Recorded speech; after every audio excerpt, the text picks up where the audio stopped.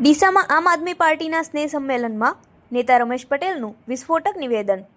ડીસામાં યોજાયેલ આમ આદમી પાર્ટીના સ્નેહ સંમેલનમાં પાર્ટીના નેતા રમેશ પટેલે ફટાકડા કાંડના મુદ્દે તંત્ર પર ગંભીર આક્ષેપ કર્યા। તાજેતરમાં ફટાકડા વેપારીનું હાર્ટ એટેકથી થયેલા મૃત્યુને રાજકારણ વચ્ચે લાવીને પત્રકારોને જેલ પાછળ ધકેલવામાં આવ્યા છે। સ્નેહ મિલન સમારોહમાં ડોક્ટર રમેશ પટેલે ડીસાના ફટાકડા કાંડને લઈને સરકાર પર આકરા પ્રહારો કર્યા। ડીસામાં ફટાકડા કાંડમાં 23 નિર્દોષ લોકોના મોત થયા, છતાં તંત્ર દ્વારા યોગ્ય તપાસ કરાઈ નથી। એસઆઈટી રિપોર્ટ પણ જનતા સમક્ષ મૂકવામાં આવ્યો નથી। ફટાકડા કાંડમાં સંકળાયેલા મોતના સોદાગર હજુ પણ જેલની બહાર મુક્તપણે ફરી રહ્યા છે।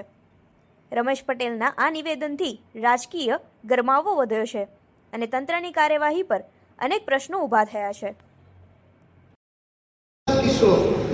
ભાઈ પત્રકાર સાથીઓ અહીંયા બેઠા છે, હમણાં એક ફટાકડા કાંડ થયો હતો, 22 જણા મધ્યપ્રદેશના લગભગ મૃત્યુ પામ્યા।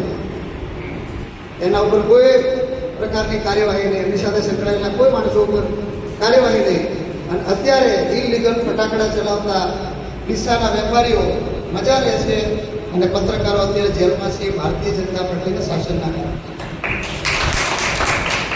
આપણે વિરોધ કરીએ છીએ, ખંડણી હોય, બીજું હોય, ત્રીજું હોય, ભ્રષ્ટાચાર હોય, પણ તમે રાજકીય બદઇરાદાપૂર્વક કોઈ માણસને હેરાન કરો એ જરાય યોગ્ય એવું કોઈએ ના કરવું જોઈએ।